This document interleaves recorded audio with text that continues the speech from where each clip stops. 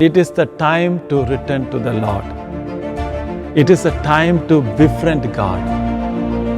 And it is a time to come closer to God.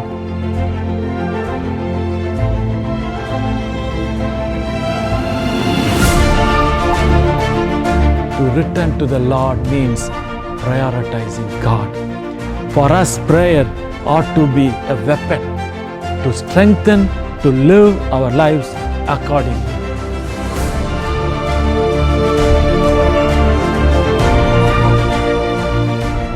Prayer has to arise in you like a flower that blooms.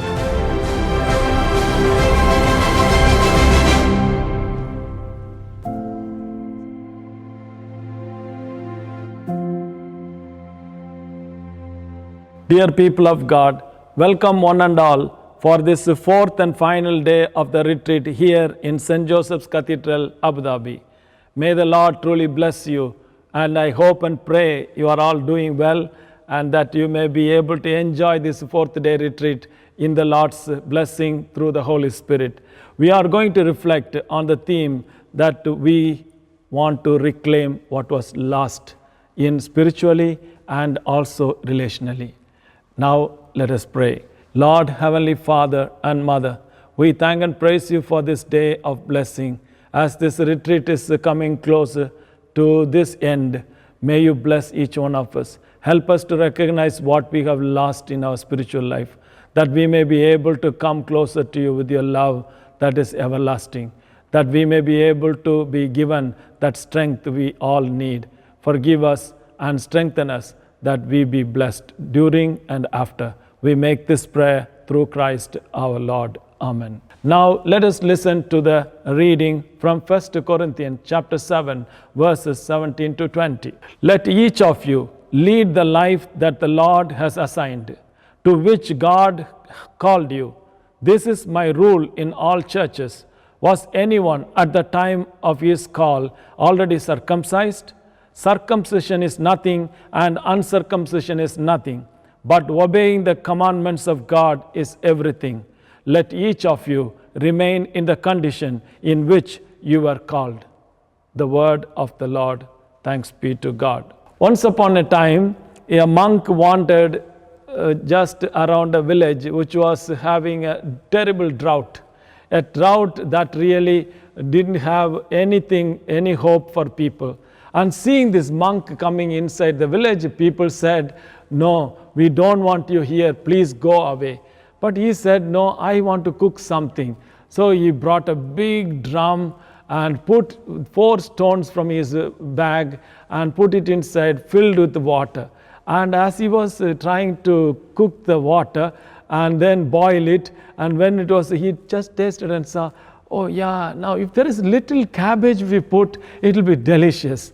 And then people were running around bringing cabbage, and he cut and put everything, and then it was boiling. Then he tasted and saw, if only we have little garlic and little bit of carrot, it will be very nice. And some women were running to find some carrot and garlic, and nicely chopped, they put it inside. And he stirred it as it was cooking.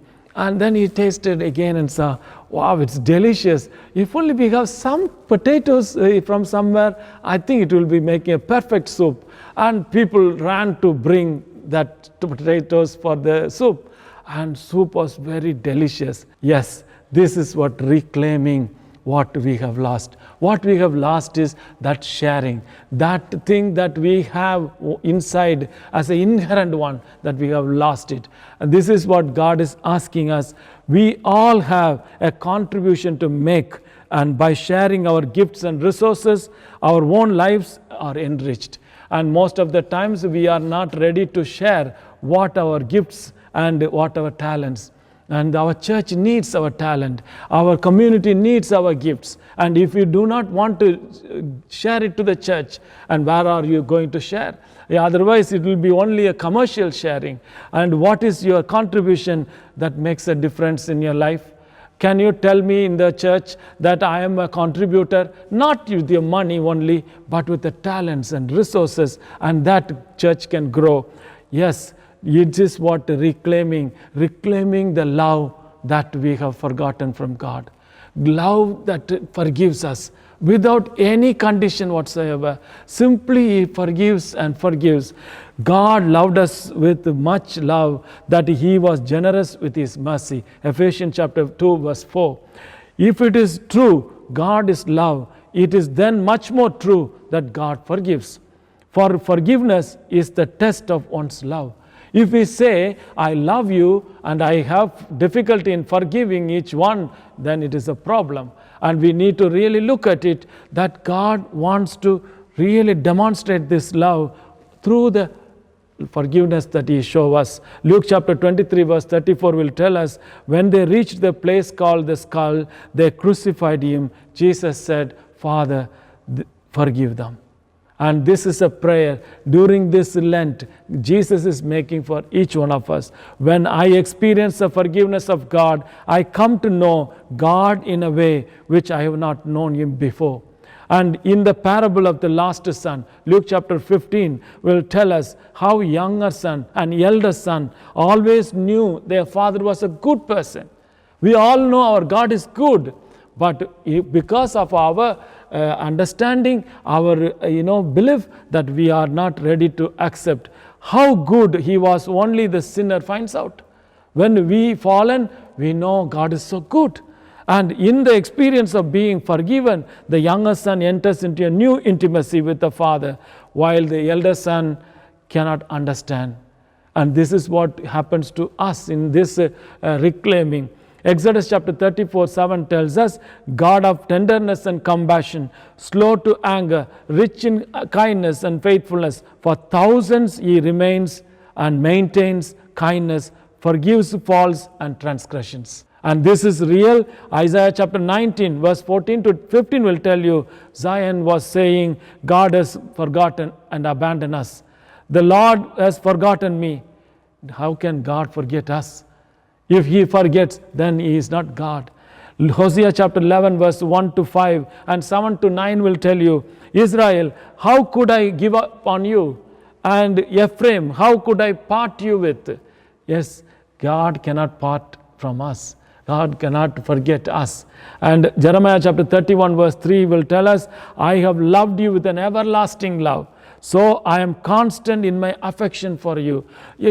God's love is very consistent, no matter what we have done, no matter we have forgotten God, but God has not forgotten us even a single minute. And Isaiah chapter 54 verse 4 to 10 will tell us, my love for you will never leave you. With this confidence, truly we can reclaim the past. We can reclaim our original self. And that is why Christ is the incarnation of God's mercy. God displayed His mercy to the fullest level in God's Son. And this we really always feel. And this we really feel that how God is nurturing us through His Son. John chapter 8 verse 10 will tell us, woman, where are they? Has one condemned you? Neither do I condemn you. Go, sin no more. And this is what the Lord is asking us as we conclude this retreat. Go, sin no more. And each one of us have to make a decision today. Matthew chapter 26 and 69, John chapter 21 verse 15, where we find Peter's denial, Peter's forgiveness, not a word of reproach from the part of the Lord. But do you love me? Do you love me more than this? And yes, Lord, you know I love you. And this is what we need to do when the Lord is asking us to forgive. And really, Luke chapter 15 verse 3 to 7 is about the last sheep, where you find you become the last sheep. Me and you are the last sheep the Lord is really looking for. Luke chapter 15 verse 11 verse 24 talks about the last son. This is my son who was dead and is alive again. He was lost and is found. And they began to celebrate. When we return and reclaim what we have lost, God Himself celebrates. He throws the banquet for each one of us. And the father ran to his son and clasped him and embraced him, kissed him, and he did not remember what the son was doing in the past. I think it is what we need to do. When we come courageously to the Lord doesn't remember where were we, what we have done, how much we have forgotten Him. Walk with Jesus hand in hand along the corridors of life. In fact, if you really look at it, we have to come closer to the Lord. Let yourself feel accepted by Jesus. Allow His forgiving love to give new meaning to every circumstance, every relationship, every experience of the past, so that we can reclaim it. Allow the loving gaze of Jesus to look straight into your eyes, as He must have looked at the adulterous woman when He sent her away forgiven. It is what always mean when we gaze at the Lord. We are sure to be forgiven. We are sacraments of forgiving God.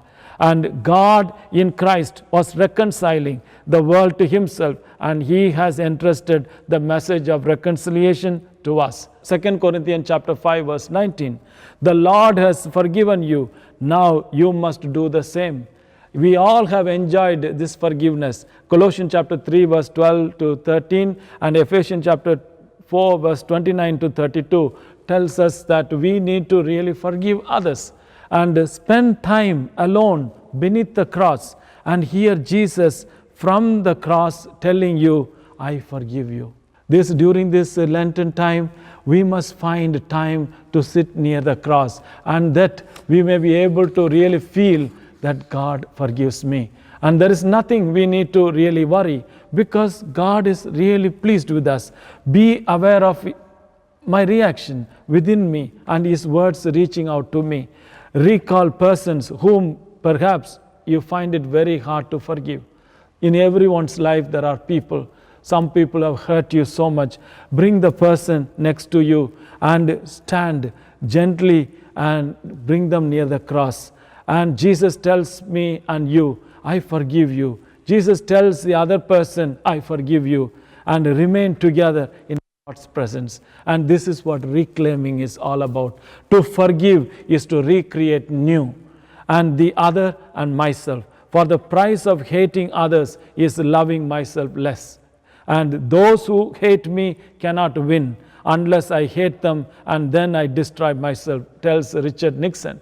And if you really look at Matthew chapter 5, verse 44 to 55, so I say to you, love your enemies and pray for those who persecute you, so that you may be children of the Father who is in heaven. And this is really, we need to really bring ourselves closer to the cross. And there is something beautiful in each one. We do not need to compare with the others. You know the story of the pot bearer. One day this pot bearer brings the two pots carrying in his hand to the top of the mountain, to water to the master. And the master used to be grateful for the water that is brought.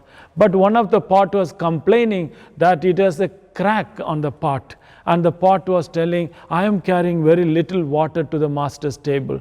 But this man who was hearing their dialogue, comparing and contrasting, this man said, I want to tell you something. When we are coming down from the mountain, look at the side where I used to take the water up, and you will see the difference. And the cracked pot looked at that side, full of flowers, lot of vegetables, and this man told the cracked pot, you see, even in your crack, God can bring something better, and therefore you don't need to give up and compare and lose heart. You can always be productive even with all your handicappedness, and that is what God is asking us. The cross is a paradox, remains a sign of contradiction, because on the cross two opposing realities force meet. And this is what it is, the forces of evil that nailed Jesus to the cross.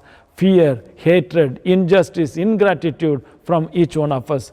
Jesus crucified is a convincing demonstration of the power and the presence of evil, and the evil that is in us. So the reality of the cross confronts us with the fact and keeps reminding each one of us, evil is a reality, a powerful reality whose existence cannot be denied. In everyone's there is evil that need to be dealt with, so that we can reclaim ourselves. Sometimes we want to accept the triumph of the cross without accepting this reality. And yet, while the cross affirms and confirms us with the presence of the power of evil, because of this same Jesus who passes through the cross from death to life, the cross also affirms the evil is not the ultimate reality. The one who is out there is not the one who is powerful. The one who is inside is more powerful than the one who is outside. Paul affirms, for us who believe, see the cross as God's power to save each one of us. Where is the power of the cross? Where is the power at work on the cross? For when we look at Jesus on the cross, it is not power, but weakness that we are faced with. We think of God in the image we ourselves would like to be. Strong, controlling, and can manage everything, invulnerable. But God shows himself weak and vulnerable. And we have to take this seriously. Jesus is not acting out. God could not stop the death of his son on the cross. The scandal of the cross is precisely a God who is himself weak. And that is what we need to see. If it is evil that brought Jesus to the cross, God could not stop his son from being nailed to the cross. Where is the power at work on the cross that transformed the cross into the source of life and the sign of hope? The cross becomes a sign of hope for each one who wants to reclaim our identity that is lost.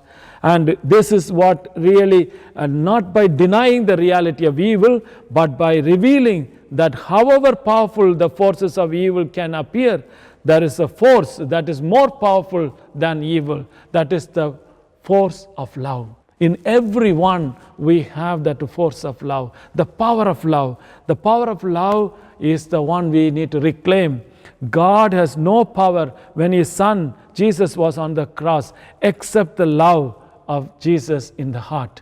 And his love was tremendous to each one. The will of the Father was not that his son should suffer, but that he keeps on loving. This is the will of the Father. Here on the cross, evil and love meet face to face. And when we face people who are evil, and our power of love must really overlook the things. One of my novice masters who told me that, Peter, look everything, overlook many things, and correct only one thing. And really, this is very important for reclaiming ourselves. Evil is affirmed. Evil is faced when evil is confronted with love, not with violence. Non-violence is the power of our love. So in the face of injustice, in the face of evil, and in the moments of helplessness, when we are tempted to ask, where is the power of God today? Where is today the power of God to save us? We look at Jesus on the cross and realize the only power God has in this world is the love he inspires in each one of us. Even today, the world can have a meaning only looking at us as a Christian, a believer, when we have the power of love, the power of forgiveness that gives a meaning to people. The God has no power but the love that is in our heart. God had the power when his son Jesus was on the cross, except the love in the heart of Jesus. Again, we are the power of God that loves, that he enkindles in everyone's heart, that we may be able to really look at and correct ourselves.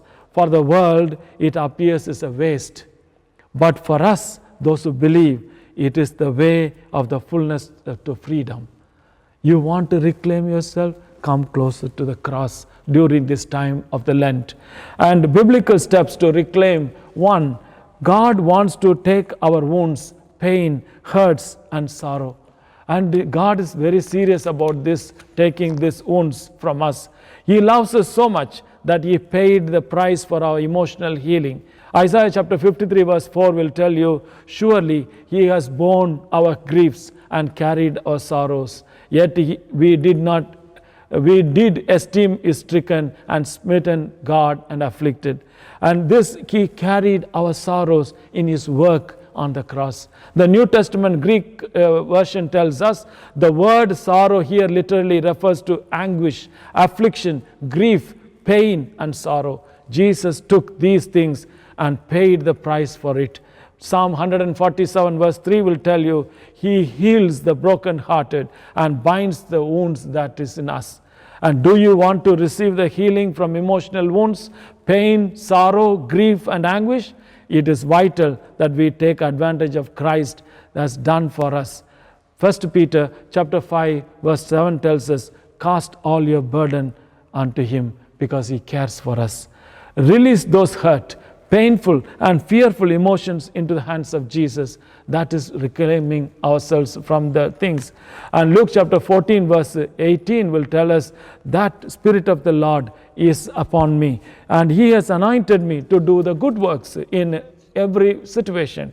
Matthew chapter 11 verse 28-30 will tell you, come to me, all who are labor and who are heavy burden, I will give you rest. Take my yoke and upon you, learn from me, that I am meek and humble of heart. Yes, realize the love of God for you. This is the one God wants us. This will help you open up and reclaim your healing. After all, the healing that we are going to get during this retreat and after, that we must be able to enjoy in this process of reclaiming. Knowing the true nature of our Heavenly Father will help us to trust Him and open ourselves so that we can receive the healing that only the Holy Spirit can provide for us. And if you read the Romans chapter 8 verse 32, He that spared not His own Son, but delivered Him up for us all, how shall He not with Him freely give us all things? You are loved by God, not because what you have done, but because what you are. And God really is serious when He is telling us in Romans chapter 5:8, while we were yet sinners, Christ died for us all. Jesus said that greatest love a man can show for his friends is when he lays down his life for the other. John chapter 15 verse 13, greater love has no man has got, that a man lays down his life for the friends. John chapter 17 verse 23 will tell us, I in them and you are in me, that the world may know that you have sent me and you loved me as you have loved me. And it is absolutely essential that we learn of and realize the love that our Heavenly Father has for us. And there is no shortage of love from Father. And that we have the love so much to reclaim.